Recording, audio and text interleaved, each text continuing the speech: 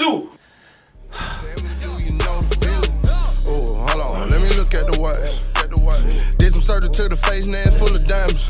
Botox. Got my first check, went and bought me a wheel with some new shoes. No socks. Better know a nigga left it. Oh!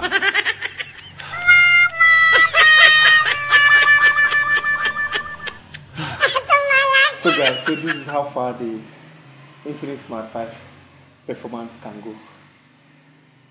Yeah. That's how far the Infinix Smart 5 can go when it comes to performance. Okay. Hello guys, so this is the Infinix Smart 5.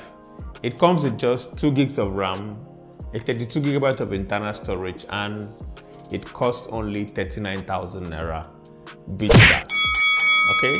So the Infinix Smart 5 is the best poor man device available today, and I have to say at that price, nothing else comes close. So in today's video, I'm going to review it and give you reasons why you should consider it. Alright? So on the performance aspects, the MediaTek Helio A20 CPU keeps daily tasks done with some noticeable performance drop, which is also expected on this type of device. You're not buying this device because it's going to be a powerhouse, alright? At 39,000 naira, it is difficult to complain considering the fact that you can barely find something decent at this price among its competitors. So that's a little jump in performance if you compare it to last year's Smart 4 with just 1 gig of RAM. So with that, I would definitely give it a pass. So the Infinix Smart 5 comes with Android 10 Go edition just to keep things on the lighter side.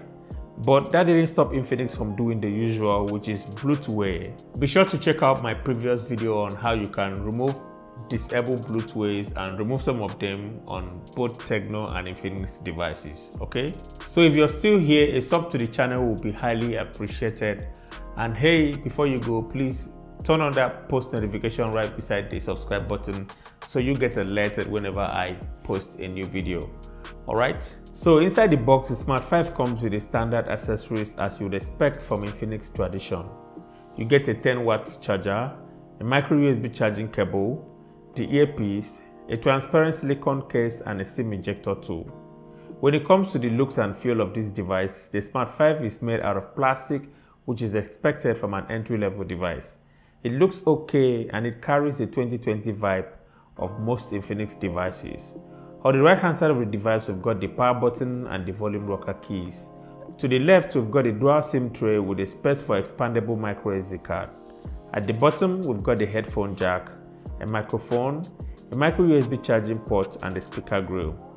At the rear of the device, we've got a dual camera setup and the fingerprint scanner with some LED flashlights. The display on the Infinix Smart 5 is a 6.6-inch 720p IPS LCD panel, so there's nothing unusual here. It is okay for web browsing and consuming media content.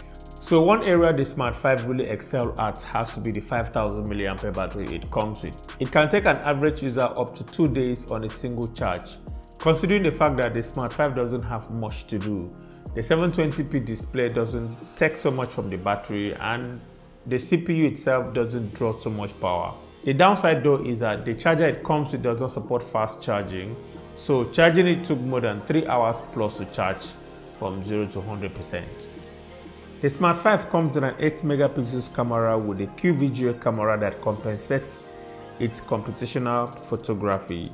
Then we have another 8 megapixels camera in front for selfies. You are not definitely buying the Smart 5 because you want it to be your photography powerhouse.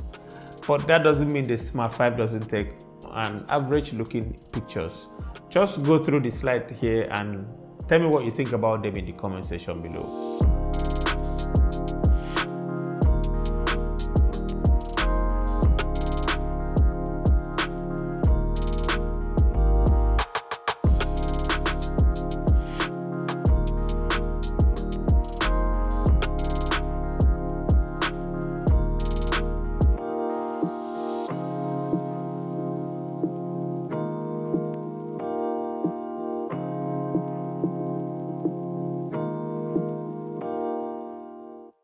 The fingerprint scanner on the rear gets the job done. It is not fast and definitely not too slow for locking and unlocking your device. First unlock is there as well, just in case you want to use that one as well. So now the real question is, who is the Infinix Smart 5 for?